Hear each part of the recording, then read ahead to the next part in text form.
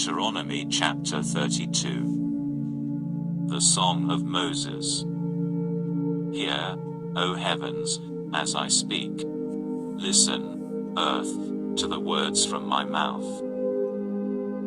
May my teaching fall like rain. May my speech condense like dew, like light rain on blades of grass, or showers on growing plants. For I will proclaim the name of Adonai. Come, declare the greatness of our God.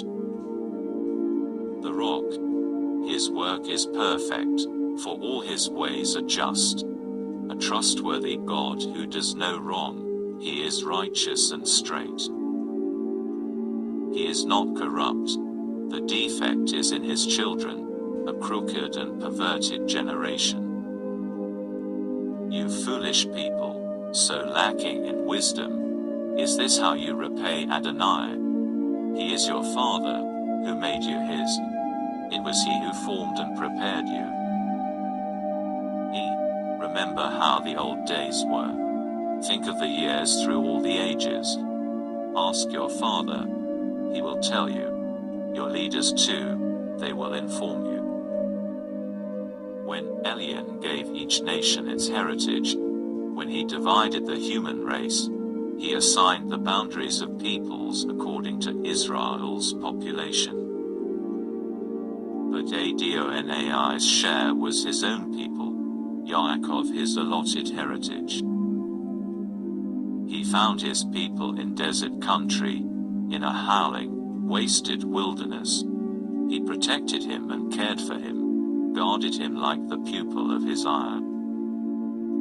Like an eagle that stirs up her nest, hovers over her young, spreads out her wings, takes them and carries them as she flies.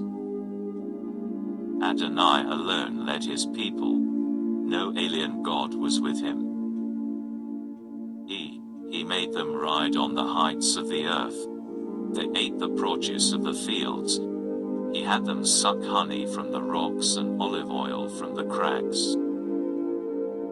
Curds from the cows and milk from the sheep, with lamb fat, rams from Bashan and goats, with the finest wheat flour, and you drank sparkling wine from the blood of grapes.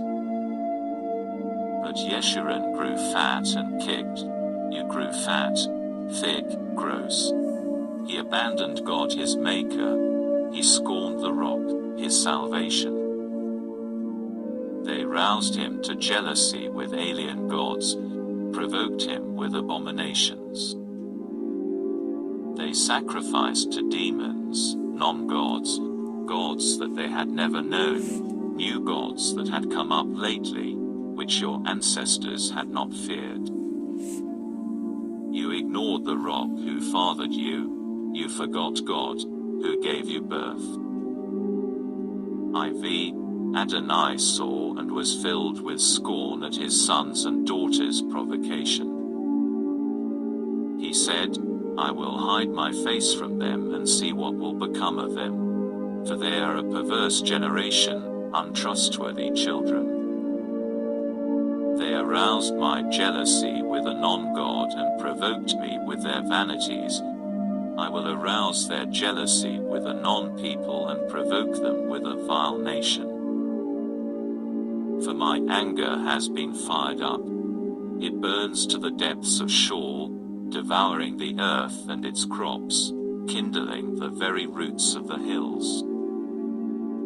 I will heap disasters on them and use up all my arrows against them. Fatigued by hunger, they will be consumed by fever and bitter defeat. I will send them the fangs of wild beasts, and the poison of reptiles crawling in the dust. Outside, the sword makes parents childless. Inside, there is panic, as young men and girls alike are slain, sucklings and greybeards together. I considered putting an end to them, erasing their memory from the human race. But I feared the insolence of their enemy, feared that their foes would mistakenly think, we ourselves accomplished this. Adonai had nothing to do with it. They are a nation without common sense, utterly lacking in discernment. If they were wise, they could figure it out and understand their destiny.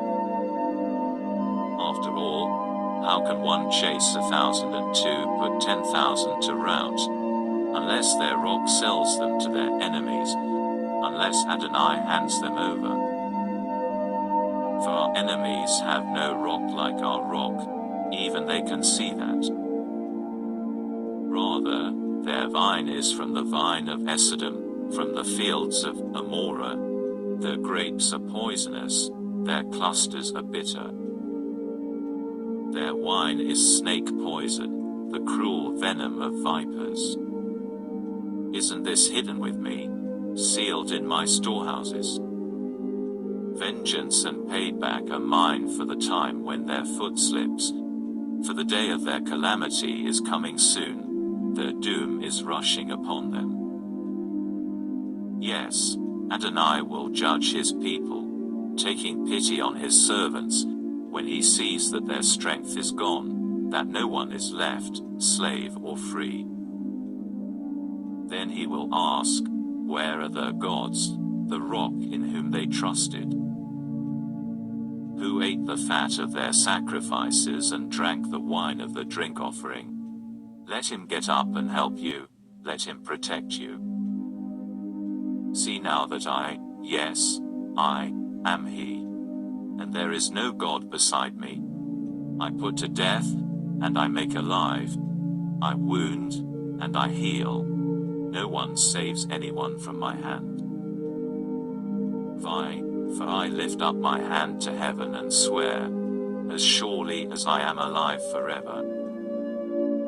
If I sharpen my flashing sword and set my hand to judgment, I will render vengeance to my foes, repay those who hate me. I will make my arrows drunk with blood, my sword will devour flesh, the blood of the slain and the captives, flesh from the wild-haired heads of the enemy. Sing out, you nations, about his people, for he will avenge the blood of his servants. He will render vengeance to his adversaries and make atonement for the land of his people. Moshe came and proclaimed all the words of this song in the hearing of the people and of Hoshea the son of Nun. When he had finished speaking all these words to all Israel, he said to them, take to heart all the words of my testimony against you today, so that you can use them in charging your children to be careful to obey all the words of this Torah. For this is not a trivial matter for you. On the contrary, it is your life. Through it you will live long in the land you are crossing the Jordan to possess. God commands Moses to ascend Mount Nebo.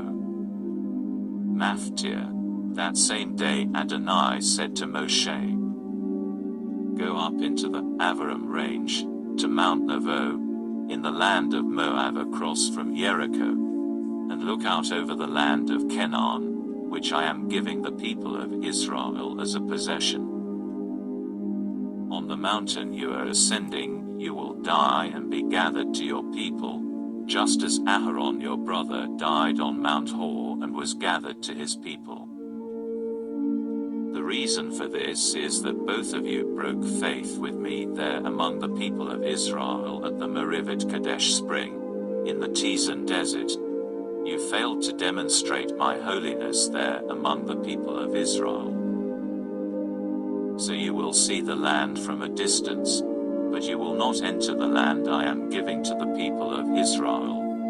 Haftarah Hazinu, Shemuel Bet, 2 Samuel 22-1-51. Berit Hadashah suggested readings for Parashah Hazinu, Romans chapter 10 verse 14, 21, 12:14-21, Messianic Jews, Hebrews 12:28-39.